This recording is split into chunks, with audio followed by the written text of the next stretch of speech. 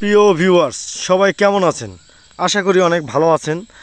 আজকে এসেছি আমরা হ্যাচারিতে, এবং হ্যাচারিতে কীভাবে ট্যাংরা মাছ ব্রুডিং করে এবং তার ডিম থেকে রেণু সংগ্রহ করে রাখে এবং সে রেণুগুলো কাস্টমারদের সেল করে। এই দেখেন, 2 হাউজে ট্যাংরা মাছ ব্রুডিংয়ের জন্য এনেছে। এগুলো হচ্ছে মেল ট্যাংরা, না এগুলো হচ্ছে ফিমেল ট্যাংরা।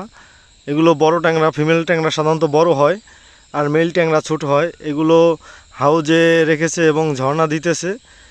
দেখেন কি সুন্দর ট্যাংরা, কত বড় বড় ট্যাংরা। এগুলো সবই দেশি ট্যাংরা। দেখেন কত বড় বড় ট্যাংরা এই হাউজে আছে, এবং এর পাশে আছে মেল ট্যাংরা। এই দেখেন, এইটা হচ্ছে মেল ট্যাংরা। মেল ট্যাংরা সাধারণত একটু ছোটো হয়। তারপর এগুলোকে হরমোন ইনজেকশন দিয়ে সেখান থেকে ডিম সংগ্রহ করবে এবং তারপর রেণু বানাবে। এই যে এগুলো হলো মেল ট্যাংরা, এবং পাশের হাউজে প্রথম যা দেখিয়েছি সেটা হচ্ছে ফিমেল ট্যাংরা। এগুলো সবই দেশি ট্যাংরা। এই ট্যাংরা মাছগুলো পরে প্রসেসিং করে পুকুরে নেবে এবং পুকুর থেকে বড় করে তারপর বাজারে বিক্রি করবে। এই যে এইগুলো হলো ফিমেল ট্যাংরা। দেখেন কত বড় বড় ট্যাংরা, সবই দেশি ট্যাংরা। এগুলো সেই গুলশা বা এই ট্যাংরা নয়, এগুলো সবই দেশি ট্যাংরা। দেখেন কত বড় বড় ট্যাংরা মাছ। হাউজে কি সুন্দর সাঁতার কাটতেছে এবং ঝর্ণা দিছে, এই জন্য ওরা ঘুরে ঘুরে সাঁতার কাটতেছে। অনেক ট্যাংরা মাছ আজকে ব্রুডিং করবে। ট্যাংরা মাছগুলো কত সুন্দর দেখাচ্ছে। তারপরে এই ট্যাংরাগুলো থেকে ডিম সংগ্রহ করে রেণু তৈরি করবে। রেণু তৈরি করার পর এগুলো বিভিন্ন পুকুরে দিবে। পুকুরে দেওয়ার পর এগুলো প্রসেসিং করে বড় করবে। বড় করার পর তারপর এগুলো বাজারে বিক্রি করবে।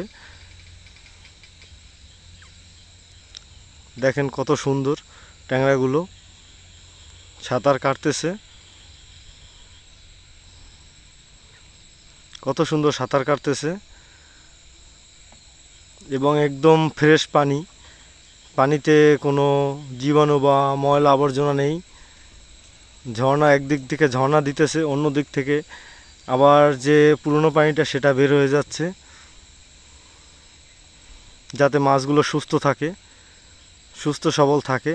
এই যে এখান থেকে তারপর ওই ট্যাংরা মাছগুলো ডিম সংগ্রহ করে এখানে রেণু তৈরি করতেছে। দেখেন কিভাবে রেণু তৈরি করে। এভাবে সব সময় ঝর্ণা দিতে হয়। এভাবে 4-5 দিন রাখার পর তারপর এগুলো কাস্টমাইজ করা হয়, কাস্টমারদের দেওয়া হয় এবং তারা পুকুরে নিয়ে এগুলো লালন পালন করে অনেক বড় করে। তারপর ট্যাংরা মাছগুলো বিক্রি করে। দেখেন গুড়ি গুড়ি, একদম গুড়ি গুড়ি ডিম থেকে রেণু বের হয়েছে। আবার 2 দিন হয়েছে। দেখেন কত ছোট ছোট রেণু, চোখে ভালোভাবে দেখা যায় না। সবাইকে ধন্যবাদ আমার ভিডিওটি লাস্ট পর্যন্ত দেখার।